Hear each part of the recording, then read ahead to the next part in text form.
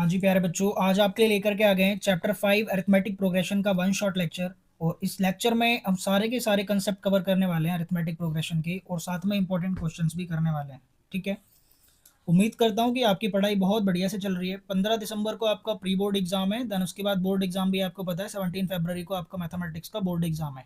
ठीक है, तो अभी से पढ़ना चालू कर दीजिए, मेहनत शुरू कर दीजिए बेटे। अगर अभी भी आप सोच रहे हैं कि कल पढ़ना शुरू करेंगे, इसके बाद पढ़ना शुरू करेंगे, तो आप गलती कर रहे हैं। ठीक है, सिलेबस इतना भी कम नहीं है, तो अभी से मेहनत करिए, अच्छे से अपनी पढ़ाई करिए। ठीक है, नोटबुक निकाल लीजिए, पेन हाथ में ले लीजिए और साथ के साथ नोट्स बनाते हुए चलिए। ठीक है, सबसे पहले बच्चे ध्यान देते हैं यहाँ पर माइंड मैप पर। इस चैप्टर के अंदर हमें क्या क्या पढ़ना है, तो सबसे पहला जो टॉपिक है बच्चे, वो हमें पढ़ना है डेफिनेशन ऑफ एपी, यानी अरिथमेटिक प्रोग्रेशन एक्चुअली होता क्या है। ठीक है, यहाँ पर अरिथमेटिक प्रोग्रेशन में हम फर्स्ट टर्म के बारे में जानेंगे, लास्ट टर्म के बारे में जानेंगे, common difference and number of terms. ठीक है, इन सारी टर्म्स के बारे में मैं आपको अभी बताऊंगा जब हम पढ़ेंगे डेफिनेशन ऑफ अरिथमेटिक प्रोग्रेशन। ठीक है, एक्चुअली अरिथमेटिक प्रोग्रेशन होता क्या है।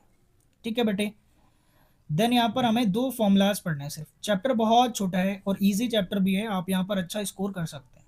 ठीक है, पहला फॉर्मूला हमें पढ़ना है any term of an AP. ठीक है, या फिर nth term of an AP. ठीक है, ये ए एन का फॉर्मूला होता है आपका a plus n minus one into d. किसी भी एपी का आप कोई सा भी टर्म निकाल सकते हैं। ठीक है बच्चे, मेरा थोड़ा गला बैठा हुआ है। ठीक है, हो सकता है साउंड क्वालिटी में थोड़ा आपको कॉम्प्रोमाइज़ करना पड़े आज। ठीक है, आवाज़ थोड़ी साफ नहीं आ सकती है। ठीक है, ऐसा भी हो सकता है। चलिए, देन जो नेक्स्ट फॉर्मूला है बेटे, वो हमें पढ़ना है sum of n terms of AP. ठीक है, अरिथमेटिक प्रोग्रेशन के कुछ टर्म्स का अगर हमें सम निकालना है, तो हमारे पास यहाँ दो फॉर्मूलाज होते हैं। ठीक है, पहला ये और दूसरा ये। इन सब की बात बहुत अच्छे से आगे करने वाले हैं हम। सबसे पहला अपना टॉपिक है कि एपी होता क्या है, चलिए समझते हैं। ठीक है बेटे, A sequence of numbers is called an arithmetic progression if the difference between any two consecutive terms is constant। ठीक है, बहुत अच्छे से डेफिनेशन आराम से लिखवा दी हमने इजी सी। क्या मतलब है कि एक सीक्वेंस से मान लेते हैं। ठीक है, जैसे यहाँ पर एग्जांपल में 2 5 8 11 लिखा हुआ है, तो इसकी कोई सी भी दो टर्म्स पकड़ लो आप, और उनका जो डिफरेंस है वो वही आना चाहिए जो किसी भी दो टर्म का आ रहा है। जैसे यहाँ पर 5 और 2 में कितना डिफरेंस है, 3 का। 5 से 8 में 3 का, 8 से 11 में 3 का। तो यानी यहाँ पर डी की वैल्यू क्या है बेटे, +3। ठीक है, +3, यानी हर एक नेक्स्ट नेक्स्ट जो टर्म है आपका यहाँ पर, हर एक नेक्स्ट जो टर्म है यहाँ पर आपका क्या हो रहा है, +3 से इंक्रीज होता जा रहा है। ठीक है, ऐसे नीचे एक एपी देखो जरा, ये मैंने लिख दिया है जस्ट। ठीक है, एक स्पेशल केस है यहाँ पर 777। ठीक है, यहाँ पर डी कितना है भाई, 0। ठीक है, डी कितना है यहाँ पर, 0, मतलब बढ़ ही नहीं रहा भाई, कांस्टेंट टर्म है यहाँ पर सारी की सारी। ठीक है, देन यहाँ पर देख सकते हैं आप, लास्ट क्या लिखा हुआ है, 10 6 2 -2। यहाँ पर 4 माइनस होता जा रहा है, 4 माइनस होता जा रहा है। तो ये होता है बेटा एपी आपका। ठीक है, इन सीक्वेंसेस को क्या बोलते हैं आप, एपी। ठीक है, ये जो कांस्टेंट डिफरेंस आ रहा है, गैप जो आ रहा है हर एक टर्म में, वो कॉमन डिफरेंस होता है, मैं बता चुका पहले ही। ठीक है, डी बोलते हैं बच्चे। यहाँ पर जो आपका पहला टर्म है दैट इज 2। ठीक है, आपको यहाँ पर दिखाई दे रहा होगा। जैसे मैं पहला एग्जाम्पल उठा लेता हूँ, 2 5 8 11 वाला। तो सबसे पहला जो नंबर यहाँ पर लिखा हुआ है 2, इसे बोलते हैं फर्स्ट टर्म। क्या बोलते हैं इसे, फर्स्ट टर्म। तो यानी ए हमारा यहाँ पर क्या हो जाएगा, 2। देन बेटे जो यहाँ पर इनमें गैप होता है, जैसे 2 और 5। ठीक है, कॉमन डिफरेंस का ना एक्चुअली फॉर्मूला क्या होता है, A2 माइनस A1। किसी भी बाद वाली टर्म में से आप पहला वाला टर्म माइनस कर दो। जैसे 5 में से 2 घटाया तो कितना बचा, 3। या बेटे 8 में से 5 घटाया तो 3, या 11 में से 8 घटाया तो 3। तो ये कॉमन डिफरेंस होता है, इसे स्मॉल डी से रिप्रेजेंट करते हैं। एंड यहाँ पर nth टर्म का क्या मतलब होता है, nth टर्म का मतलब होता है any term of the AP, कोई सा भी टर्म। अगर आपको किसी भी एक टर्म को रिप्रेजेंट करना है, तो आप ए एन से रिप्रेजेंट करेंगे। समझिए जरा, मैं समझाता हूँ। जैसे यहाँ पर ये जो 8 है बच्चे, ये जो 8 है वो कौन से नंबर पर आ रहा है, तीसरे नंबर पर आना है ना, तो इसे आप ऐसे लिखोगे A3। क्या बोलोगे इसे, A3, यानी थर्ड टर्म है। ये जो आपका फर्स्ट टर्म है इसे ए बोलते हैं, आप जानते हैं। सेकंड टर्म को क्या बोलते हैं, A2 बोलेंगे। फोर्थ टर्म को क्या बोलोगे आप, A4 बोल दोगे। ठीक है, तो ये nth टर्म होती है, यानी कोई सी भी टर्म। एन किसे बोलते हैं, एन का मतलब होता है टोटल नंबर ऑफ टर्म्स। ठीक है, नंबर ऑफ टर्म्स। क्लियर हो गई बात कि एपी में कितने टर्म्स हैं। आगे बात करते हैं और अच्छे से चलिए अगले पेज पर। एपी की किसी भी एक टर्म को अगर आपने कैलकुलेट करना है, कोई सा भी एक टर्म अगर आपको फाइंड करना है, तो कैसे फाइंड कर सकते हैं, उसके लिए एक बहुत बढ़िया फॉर्मूला होता है, a N equals to A plus n minus one into d. ठीक है, एपी का अगर हमें कोई सा भी एक टर्म फाइंड करना है, तो हमारे पास एक फॉर्मूला होता है nth term of an AP. क्या फॉर्मूला है बेटे, a N equals to A plus n minus one into d. Clear है, ये फॉर्मूला पहले भी पढ़ चुके होंगे। सारी चीज़ें मैं एक बार फिर से क्लियर कर देता हूँ। यहाँ पर जो ए एन है, ए एन का मतलब है एनी टर्म। ए का मतलब क्या है बेटे, यहाँ पर फर्स्ट टर्म। एन का मतलब है कौन सा टर्म आप निकाल रहे हैं। ठीक है, number of term. And D होता है कॉमन डिफरेंस। चलिए इसका एप्लीकेशन यहाँ पर समझते हैं, एक सवाल उठाते हैं। Example for the given AP find the sixth term. ठीक है, ये पहला एपी है जो मैंने पीछे भी एग्जाम्पल में दिया था आपको। ठीक है, इसका सिक्स टर्म फाइंड करना है। ठीक है, तो सिक्स टर्म फाइंड करना है मतलब आपको A6 निकालना है। तो बेटे A6 का क्या फॉर्मूला बनेगा, A plus n minus one, n की जगह क्या जाएगा 6 और इंटू डी। ए की जगह बच्चे क्या आएगा पहला term that is 2, 6 minus one क्या हो जाएगा 5, और डी कितना है यहाँ पर 2 में कितना जोड़ रहे हो आप 3। ठीक है, डी निकालने के लिए किसी भी बाद वाले में से पहला नंबर माइनस, 5 में से 2 माइनस करा तो डी कितना निकल गया 3, तो यहाँ 3 रखोगे, 2 एज इट इज रहेगा, 5 3 जा बेटे कितना हो जाएगा आपका 15, 15 और 2 कितना हो गया आपका 17, तो छठा टर्म कितना आ गया 17। आप वेरीफाई भी कर सकते हो यार, देखो 11 में 3 जोड़ा तो 14, 14 में 3 जोड़ा तो 17, छठा टर्म कितना आ गया भाई 17 आ गया। समझ आ रही है क्या बात। ठीक है बेटे, जब आपको छठा टर्म निकालना था तो यहाँ पर 6 माइनस वन यानी 5D कर दिया हमने। ऐसे ही अगर सातवां टर्म निकालना होगा तो 7 माइनस वन 6D हो जाएगा, कितना डी हो जाएगा 6D। जैसे मैं आपको डायरेक्टली बताऊं, एक मैं यहाँ पर चीज़ आपको डायरेक्टली समझा देता हूँ, क्या है वो। जैसे मान लीजिए मैं आपसे बोलता हूँ कि आपको एट्थ टर्म निकालना था, तो एट्थ टर्म कैसे निकालते, ए प्लस एन माइनस वन यानी 8 माइनस वन, 8 माइनस वन का मतलब 7 इंटू डी यानी 7D। ए 8 कैसे निकल जाता, ए में क्या जोड़ दोगे 7D। ऐसे ही A100 अगर निकालना है मुझे 100वां टर्म निकालना है तो ए में क्या जोड़ देंगे 100 से एक कम डी यानी 99D। अगर मुझे A99 निकालना है तो इसका मतलब ए में क्या जोड़ दोगे 99 से एक कम 98D, है ना, n माइनस वन हो जाता है 99 माइनस वन। तो ये चीज़ आप समझ गए होंगे। ठीक है, फॉर्मूला ध्यान रखेंगे, ए एन का क्या होता है a plus n minus one into d. चलिए इस फॉर्मूले पर बहुत बढ़िया सवाल अब देखने वाले हैं, ध्यान से देखिएगा बेटे प्लीज। चलिए पहला सवाल आप सभी के सामने है, 11th टर्म ऑफ एपी, इसका 11वां टर्म निकालना है, जल्दी से फटाक से निकाल देते हैं। 11वें टर्म का मतलब क्या है भाई, a plus n minus one यानी 11 में से एक गया तो 10D। ठीक है, a प्लस 10D फॉर्मूला बनेगा। a क्या है, पहला टर्म क्या है यहाँ पर -3, ठीक है जी रख दिया 10D। अब d बताओ क्या होगा भाई, d कैसे निकालते हैं, बाद वाले नंबर में से पहला नंबर माइनस करना है, -1/2 में से क्या माइनस करना है -3, बाद वाले टर्म में से पहला माइनस करना है, कर रहे हैं -1/2, माइनस माइनस क्या हो जाएगा +3। भाई यहाँ पर 3 में से आधा गया तो क्या बचा 5/2 यानी 2.5 बच गया। ठीक है, तो यहाँ 5/2 बचा बेटे, 2 से यहाँ पर 10 कट जाएगा 5 बार में, 5 5 जा क्या हो जाएगा 25, 25 में से बेटे यहाँ 3 माइनस हो जाएगा तो क्या बचेगा 22। क्या ऑप्शन में 22 है, यानी option number B is the right answer. बोलो समझ आया क्या। सबसे आसान सवाल पहले उठाया है और आगे जाकर हम अच्छे सवालों को उठा रहे हैं, टाइप सारे कवर कर रहे हैं। ठीक है, मैक्सिमम टाइप आपके कवर कर रहे हैं, क्योंकि वन शॉट जो लेक्चर है ये डिटेल्ड लेक्चर है, ऐसा ही नहीं है कि हवा में ऊपर ऊपर कर दिया भाई। ठीक है, अगला सवाल क्या है, the 11th term from the last term of an AP.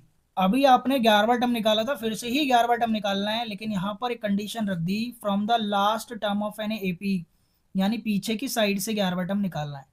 चलिए समझिएगा मेरी बात बेटे, जो एपी दिया गया है आपको, ये क्या दिया गया है पहले लिख देता हूं मैं, 10 7 4 डैश डैश डैश और आखिरी नंबर क्या है इसका 62 62। अब अगर आपको आगे से 11वां टर्म निकालना होता तो आप सीधे सीधे निकाल देते। A11 क्या होता है भाई, A11 क्या होता है आप जानते हैं, a प्लस 10D, है ना, n माइनस वन यानी 11 में से एक गया तो 10D।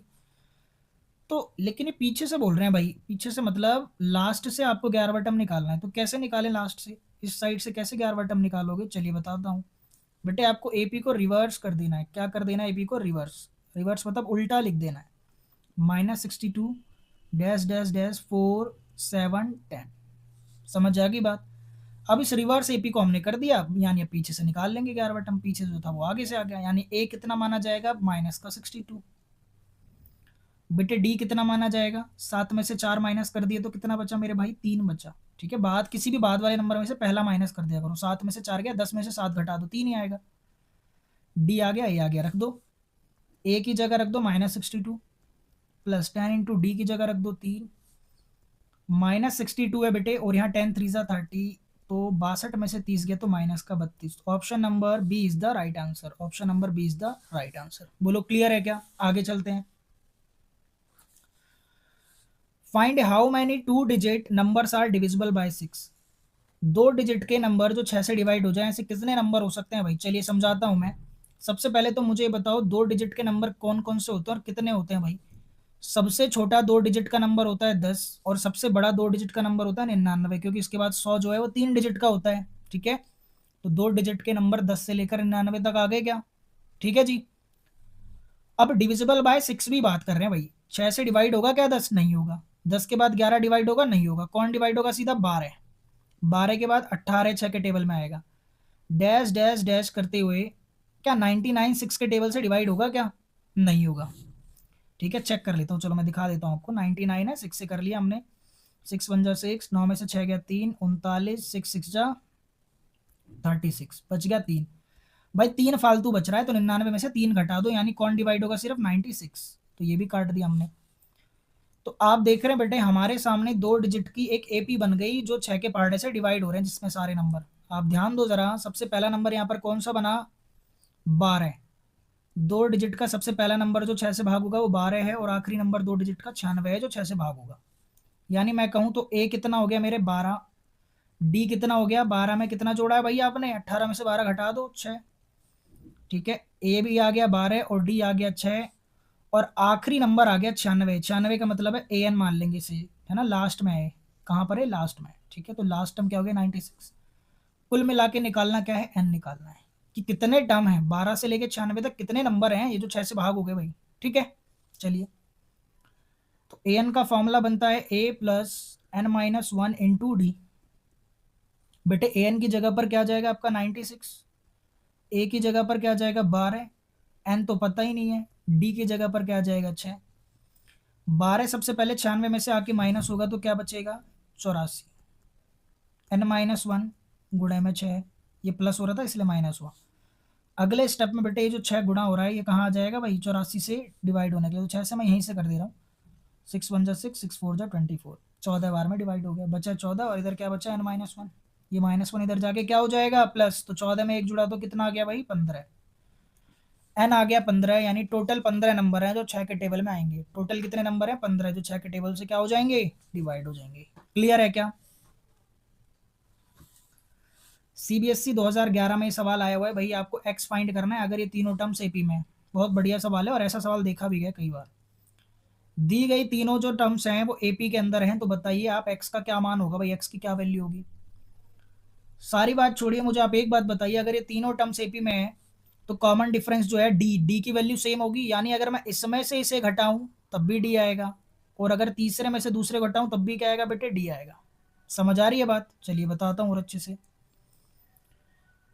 ध्यान से देखिए। अगर मैं A2 माइनस A1 करता हूँ, या फिर मैं A3 माइनस A2 करता हूँ, ये सेम होगा क्योंकि दोनों क्या होते हैं? डी। दोनों क्या मिलेंगे? डी। तो A2 क्या है? 1 अपॉन में एक्स प्लस 3, माइनस A1 क्या है? 1 अपॉन में एक्स प्लस 2। यहाँ पर क्या है भाई? A3 क्या है आपका? 1 अपॉन में एक्स प्लस 5, और यहाँ फिर क्या है? माइनस क्या करेंगे? 1 अपॉन में x minus sorry x plus 3।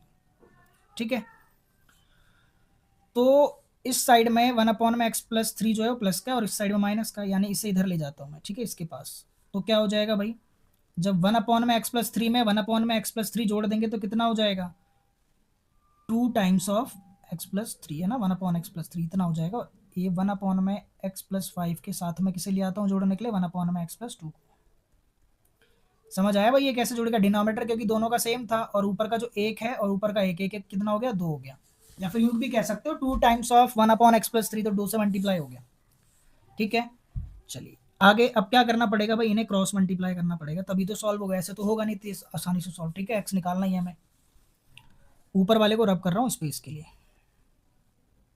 चलिए ध्यान से देखो अब कैसे करोगे।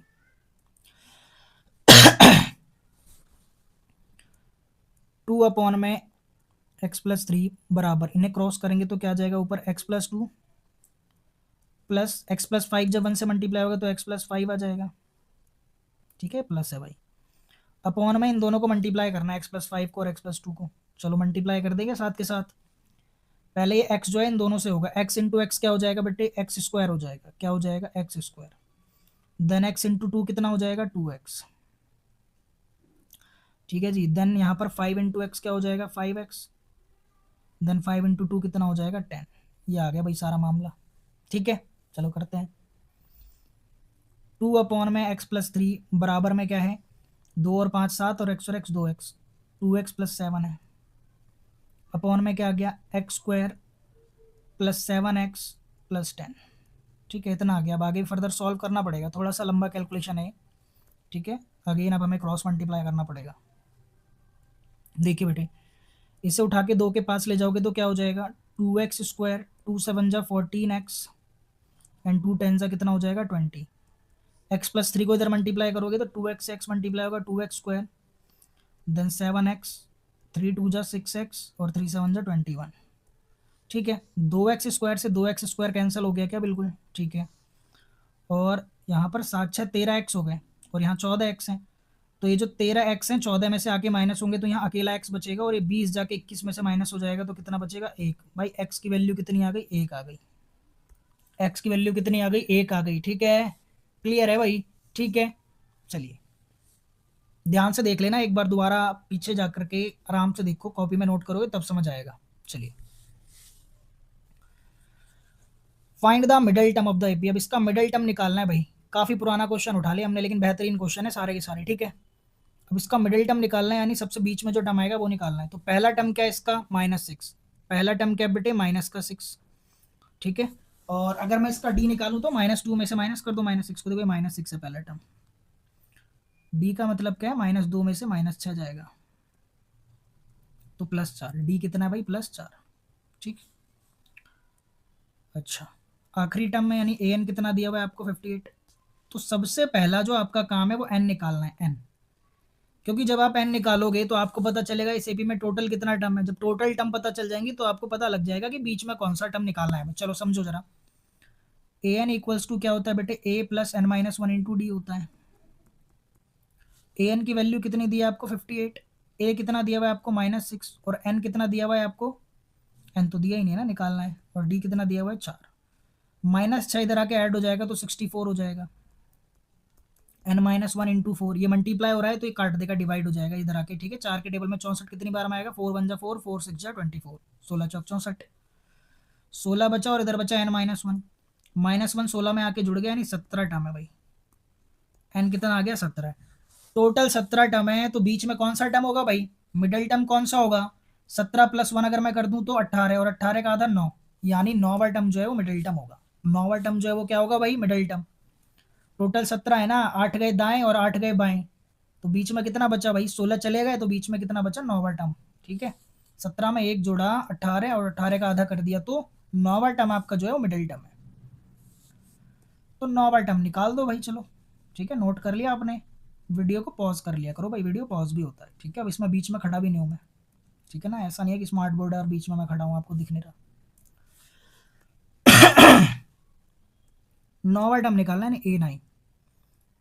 जो मिडिल टर्म है वो कौन सा है भाई, 9वां टर्म है, तो मिडिल टर्म निकाल देते हैं। 9वां a + 8d हो जाएगा। a कितना है, -6, 8 इंटू डी यानी 4 है डी। 8 चौक 32, 32 में से 6 घटाना है, 32 में से 6 गया तो 26। ठीक है जी, आंसर आ गया 26। 9वां टर्म है अपना, मिडिल टर्म है, और आंसर कितना आ गया बेटे इसका, 26। आगे आ जाइए इस पे, the 17th term of an AP is 5 more than twice its 8th term. किसी एपी का जो 17वां टर्म है ना, वो इसके 8वें टर्म से कितना ज़्यादा है, 5 ज़्यादा है भाई। हाँ नहीं नहीं नहीं, more than twice its 8th term. ठीक है, 8वें टर्म के दुगने से 5 ज़्यादा है। चलो लिख देता हूँ मैं, जो 17वां टर्म है वो 8वें टर्म के दुगने यानी 8 के डबल से कितना ज़्यादा है, 5 ज़्यादा। तो पहली इक्वेशन तो ये बन गई। If the 11th term of the AP is 43। अच्छा, 11वां टर्म आपको क्या दिया हुआ है, 43। ठीक है जी, then find the nth term of AP. nth term of AP का मतलब क्या हो गया, an निकालना है। मैं an का मतलब एक फॉर्मूला में कंक्लूड करना है कुल मिला के। ठीक है, चलिए समझिए। अच्छा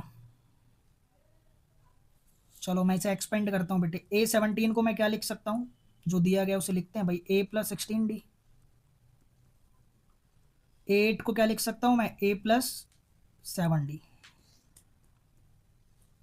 ठीक है, अब यहाँ पर आपका क्या, चलो पहले प्रोडक्ट कर ही लेते हैं इसका, 2 से कर लेते हैं। a + 16d है, यहाँ पर 2a हो जाएगा, और क्या हो जाएगा, 2 7 14d, प्लस में कितना है 5। इन दोनों चीज़ों को इधर ले जाके माइनस कर दूँ क्या मैं? कर देते हैं, चलो दोनों चीज़ों को मैं उधर ले जा रहा हूँ।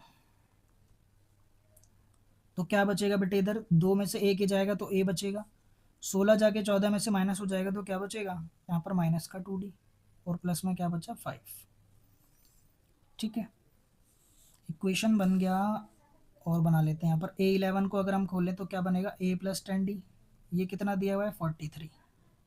ठीक है जी,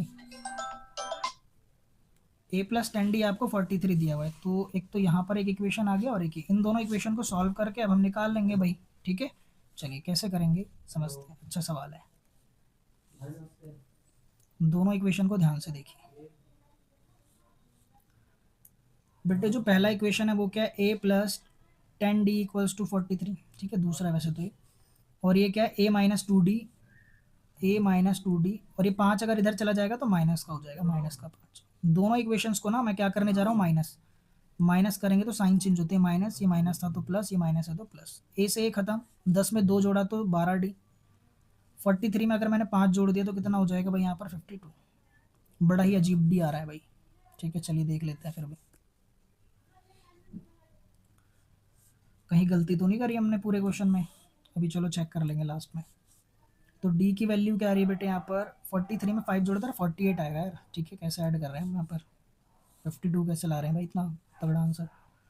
43 में 5 ऐड किया तो 48 आएगा। ठीक है, तो 12 चौक 48, डी 4 आ गया। अब अच्छा सा आ रहा है। ठीक है, अब अच्छा सा आ रहा है भाई, डी 4 आ गया। जैसे डी 4 आया तो a माइनस 2d वाली इक्वेशन को ले लो, चाहे किसी को भी ले लो, -5 है तो डी की जगह 4 रख देना है बेटे। यहाँ पर 2 4 सा कितना हो जाएगा, -8, और इधर कितना -5, -8 उधर जाके प्लस हो जाएगा तो 8 में से 5 गया तो a 3 आ गया, a आ गया 3 और d आ गया 4। तो भाई अब क्या कर सकते हो आप, nth टर्म ऑफ ap। ठीक है, find nth term of ap का मतलब है कि आपको ap लिख देनी है सीधा सीधा। ठीक है, ap लिख देनी है। पहला नंबर 3 है भाई, और जो d है आपका कितना है 4। पहला नंबर 3 आ गया और d कितना आ गया 4, तो ap नहीं लिख देंगे, हम लिख देंगे भाई, ये रहा देखो 3, डी कितना है 4, 3 में 4 जोड़ा तो 7, 7 में 4 जोड़ा तो 11, 11 में 4 जोड़ा तो कितना हो गया भाई 15। ठीक है, तो ये आ गई हमारी एपी। ठीक है, समझ आ गई बात, 2020 में आया हुआ सवाल है, क्लियर है। तो बेटे अभी अपना अगला टॉपिक है sum of n terms of an AP. किसी भी एपी के कितने भी टर्म्स हों तो उनका सम कैसे निकालें, कि सारी टर्म्स को जोड़ करके क्या है। तो हमारे पास यहाँ 2 फॉर्मूले बनते हैं, बिना टाइम वेस्ट के डायरेक्टली फॉर्मूले पर आता हूँ मैं। सारी चीज़ों के बारे में आपको पहले से पढ़ा है कि ए क्या होता है भैया, ए आपका होता है फर्स्ट टर्म, एन क्या होता है total number of term, D common difference होता है, एस एन का मतलब होता है सम ऑफ एन टर्म, और यहाँ पर एल का मतलब है लास्ट टर्म। इसे कई बार ए एन भी बोलते हैं। एल का मतलब क्या होता है, लास्ट टर्म। तो यहाँ 2 फॉर्मूले होते हैं, दोनों को एक बार मैं आपको पढ़ा देता हूँ। वैसे आपने देख लिया, सामने लिखा हुआ है, फॉर्मूले पर बेस्ड पूरी एक्सरसाइज है। जो सम ऑफ एन टर्म्स का फॉर्मूला है वो है n/2 ब्रैकेट में 2a plus n minus 1 into d. ठीक है बेटे, n क्या होगा, टोटल नंबर ऑफ टर्म्स जो भी दिया जाएगा हमें। ठीक है, अगर आपका ये वाला फॉर्मूला नहीं लग रहा है तो आप ये वाला लगा सकते हैं। कई बार आपको लास्ट टर्म दिया होता है तो डायरेक्टली हम ये वाला फॉर्मूला भी लगा सकते हैं। ठीक है, देखिए जरा, n/2 bracket a plus L. ठीक है, यहाँ पर a फर्स्ट टर्म है और l क्या है, लास्ट टर्म है। समझ आ गई बात। ठीक, चलिए आगे चले। Find the sum of first 15 multiples of 8। ठीक है, पहले 15 मल्टीपल्स ऑफ 8 की बात कर रहे हैं। ठीक है, 15 मल्टीपल्स का मतलब क्या है, 8 के पहाड़े में आने वाले भाई पहले 15 नंबर, 8 के पहाड़े में आने वाले पहले 15 नंबर। ठीक है, 8 के पहाड़े में सबसे पहले क्या आएगा, 8, 16, 24, देन ऐसे करते करते 15वां मल्टीपल क्या होगा बता सकते हैं क्या, 15 8 जा 120, या 18 15 ऐसे भी बोल सकते थे। तो सबसे पहला जो 8 के टेबल में नंबर आएगा वो 8 है, देन आगे जाते जाते 15वें नंबर पर क्या आएगा, 120। ठीक है बेटे, तो मैं कह सकता हूं कि पहला टर्म क्या हो गया 8, डी कितना हो गया भाई, 8 में कितना जोड़ा कि 16 आ गया 8, और आखिरी जो टर्म है एल, लास्ट टर्म कितना है 120। लास्ट टर्म बोलो चाहे ए एन बोलो। तो ये सवाल बहुत ही आसान था, इसलिए मैंने डायरेक्टली करा दिया आपको। देखिए जरा, बोल रहे हैं सम निकाल दो, तो यार सम का मैं छोटा वाला फॉर्मूला लगाऊंगा, S N equals to n/2 अंदर क्या होता है a प्लस एल। अब n का मतलब क्या है कि टोटल कितने टर्म है, तो 15 मल्टीपल लिए हमने टोटल, तो 15 आ गया n की जगह, बटे में 2, a कितना है 8 है और l कितना है 120 है, 15/2।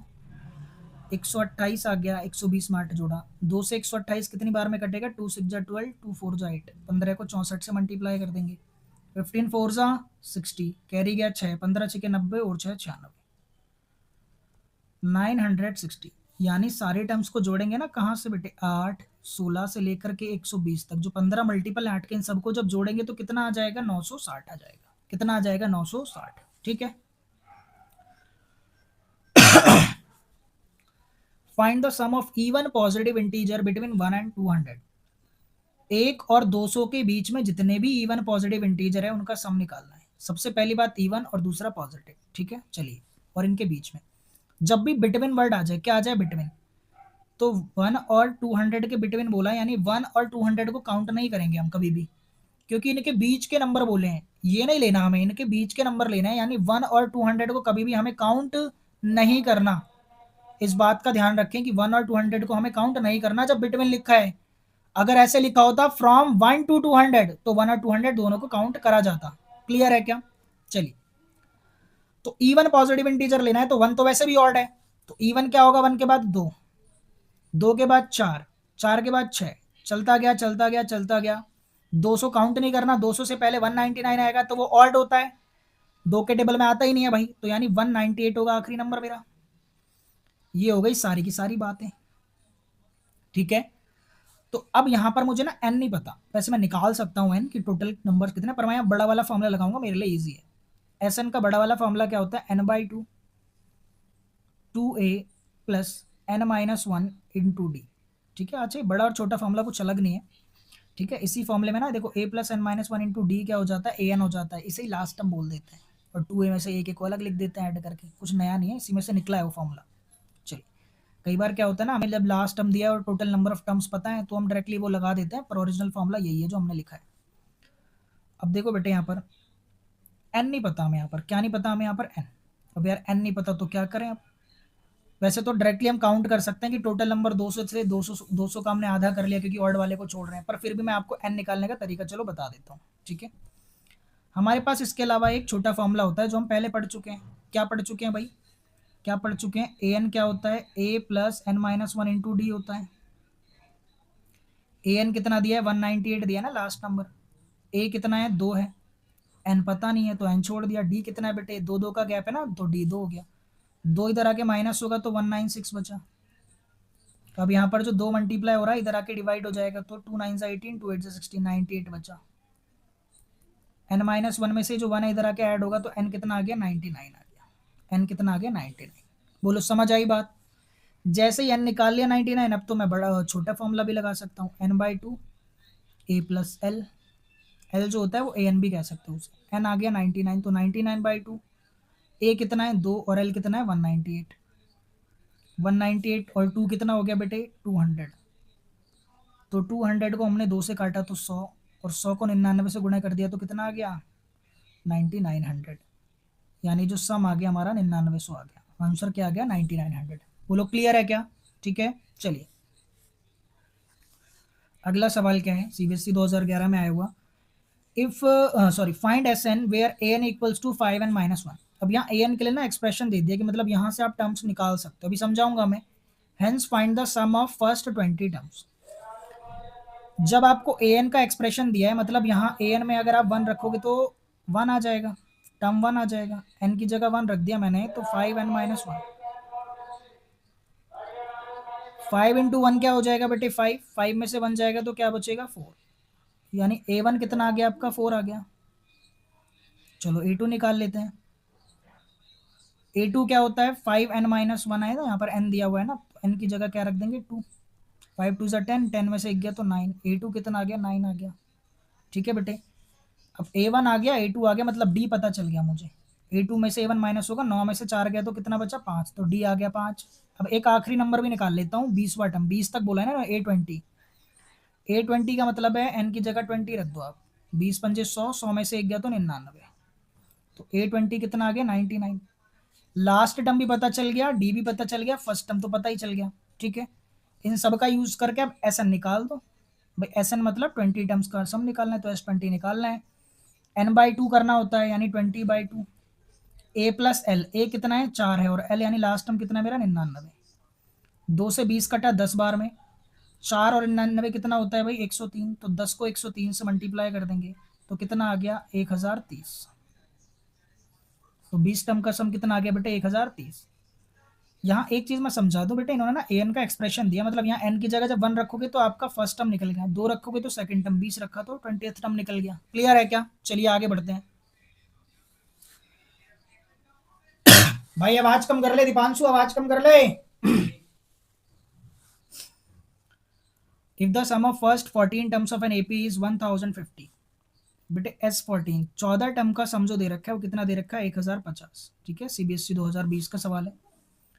And it's fourth term is 40, यानी जो चौथा टर्म दिया एपी का वो कितना दिया हुआ है 40। फाइंड इट्स 20th टर्म, 20वां टर्म निकालना है, यानी आपको A20 निकालना है। चलो कैसे निकालोगे समझो जरा। बेटे S14 का मतलब क्या है, S14 को अगर मैं एक्सपेंड करूं तो कैसे करूंगा, क्या करूंगा भाई, देखो जरा समझो। S14 इक्वल्स टू क्या होगा बेटे n/2, यानी 14/2, क्योंकि 14 लिखा है। यहाँ पर क्या लिख सकते हैं A+an लिख सकते हैं हम, है ना, A+an लिख सकते हैं, पर an भी नहीं पता और ना तो a पता है, कुछ पता नहीं है। तो क्या करें भाई, छोटा वाला फॉर्मूला लगाता हूँ मैं। कौन सा फॉर्मूला लगाता हूँ, छोटा वाला, 2a प्लस n-1, तो n तो पता है 14, इंटू डी भी नहीं पता तो छोड़ दिया मैंने। 2 से 14 कट गया कितनी बार में 7। S14 पहले से ही कितना दिया हुआ 1050 तो रख दिया, यहाँ 7 है, 2a, 14 में से 1 गया तो 13, 13 into D 13d, 2a plus 13d आ गया। इस 7 के टेबल से ना इसे काट दे रहा हूँ, 1050 को कट जाएगा, देखो 7 1 जा 7, 3 बचा 7 5 जा 35 और 0 150 आ गया। ठीक है बेटे, तो इधर बचा 2a plus 13d, 2a plus 13d कितना आया 1050, इक्वेशन बन गई एक। 2a प्लस 13d कितना आ गया 1050। बेटे जी यहाँ पर जो A4 है, A4 को क्या लिख सकते हो आप, a प्लस 3d, जानते ही हो आप a प्लस 3d लिख सकते हैं, तो a प्लस 3d कितना आ गया 40। ठीक है, a प्लस 3d कितना आ गया 40। इस इक्वेशन को ना मैं पूरे को 2 से मल्टीप्लाई करने जा रहा हूँ। क्यों कर रहा हूँ, ताकि यहाँ पर 2a और 2a सेम हो जाए। 2 इंटू ए 2a हो जाएगा, 2 3 जा 6d, और 2 को 40 से करेंगे तो क्या हो जाएगा 80। तो इस इक्वेशन को मैंने माना सेकंड और ये आपका फर्स्ट था। दोनों को माइनस करेंगे तो मेरा डी निकल जाएगा, दोनों को माइनस करेंगे तो मेरा क्या निकल जाएगा डी। चलिए करके दिखाते हैं आपको। ठीक है, चलिए देखिए, ये 2 इक्वेशन आ गए। ठीक है बेटे, देखिए जरा।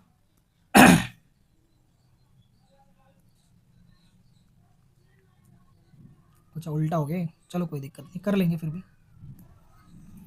देखिए बेटे, दोनों को माइनस करने जा रहा हूँ, जैसे माइनस करते हैं तो साइन चेंज हो जाता है नीचे वाले का, माइनस माइनस माइनस, तो 2a में से 2a गया तो 0 बचा। 6d में से 13d जाएगा तो कितना बचेगा भाई, 6d में से अगर 13d जाएगा तो कितना बचेगा आपका 7d माइनस का, क्योंकि 13 माइनस का बड़ा है। 80 में से 150 जाएगा तो कितना बचेगा माइनस का 70, माइनस से माइनस कट गया और 7 से 70 कटा 10 बार में, तो डी कितना आ गया 10। जैसे ही डी 10 आया तो डी को उठा के पहले या दूसरे में किसी में भी रख दो। 2a प्लस 6d, डी की जगह मैंने रख दिया 10 और बराबर में 80 था, 6 दाम 60, 60 जाके 80 में से माइनस हुआ तो क्या बचा उधर 20, 2 से 20 कटा तो ए भी 10 आ गया भाई, ए भी कितना आ गया 10, ए भी 10 है और डी भी 10 है। तो अब क्या निकालना है, सम ऑफ, नहीं sorry, find its 20th term, 20वां टर्म निकालना है। तो 20वां टर्म का मतलब क्या, A20 निकालना है, तो a प्लस 19d। बेटे जी ए की जगह क्या आ जाएगा 10 और डी की जगह क्या आ जाएगा 10, 19 गुणे 10 190, 190 और 10 200, यानी 20th टर्म जो आ गया वो कितना आ गया आपका 200 आ गया। बोलो समझ आई क्या बात, बहुत बढ़िया सवाल है, सीबीएसई 2020 में लिखा हुआ है। ठीक है, आया हुआ है, पढ़िए भाई ये सवाल, काफी पुराना सवाल उठा लिया हमने। S5 और S7 को जोड़ के 167 आ रहा है, S5 और S7 को जोड़ के कितना आ रहा है 167 आ रहा है, और S10 कितना दिया हुआ है 235 दिया हुआ है। तो आपको क्या करना है यहाँ पर, क्या फाइंड करना है, find the AP, AP find करना है, यानी टर्म्स फाइंड करनी है। ए और डी फाइंड कर लो आप, तो डी जोड़ते चले जाओ ए में, तो आपका एपी मिल जाएगा। कैसे करोगे बेटे, देखो S5 के लिए ना एक्सप्रेशन लिखना है अपने यहाँ पर, और S7 के लिए पूरा एक्सप्रेशन एक्सपेंड करने के लिए, और यहाँ S10 के लिए। जब दोनों को आप एक्सपेंड कर लोगे तो आपका क्या बन जाएगा, यहाँ पर एक एपी फॉर्म हो जाएगा। क्या फॉर्म हो जाएगा, एक एपी फॉर्म हो जाएगा, सॉरी एपी कह रहा हूँ यार, इक्वेशन दोनों में फॉर्म हो जाएगा, सॉरी बेटे। दोनों में एक एक इक्वेशन फॉर्म हो जाएगा। दोनों में क्या करना है, ए को सेम कर लो या डी को सेम कर लो, जैसे पिछले सवाल में अभी हमने करा। देन दोनों को माइनस कर देना, माइनस करते ही ए खत्म होगा तो डी आ जाएगा, और डी को उठा के रख देना किसी में भी, तो आपको ए भी मिल जाएगा। और ए मिल गया और डी मिल गया तो क्या हो जाएगा भाई, आपका एपी मिल जाएगा। ए में डी जोड़ते चले जाना, ठीक है। तो ये जो सवाल है बेटा, ये आपके लिए होमवर्क है, बहुत बढ़िया सवाल है। इसकी एपी आप मुझे कमेंट में आंसर बताएंगे। कमेंट में आप लोगों को आंसर करना है कि इसका एपी क्या होगा, ठीक है बेटे, कमेंट में आंसर बताएंगे प्लीज।